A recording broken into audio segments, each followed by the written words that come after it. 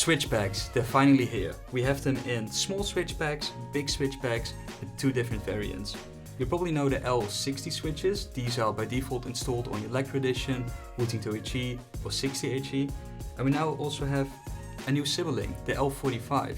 These are about 20% lighter than the L60 switches. The force curve starts at 30 cn and ends at 45 cn. These are really good if you experience any fatigue during gaming with your L60 switches. Then definitely check out the L45 switches, they might be something for you. They're available in small switch packs consisting of 12 switches.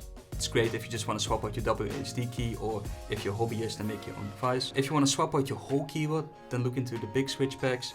These consist of 70 switches and are being packed in a very nice container. So you can put your old switches in here and you can write down what's inside this and store it nicely away. Well, that's it. If you have any questions, leave them in the comments below or send us an email at social@wooting.io. Bye!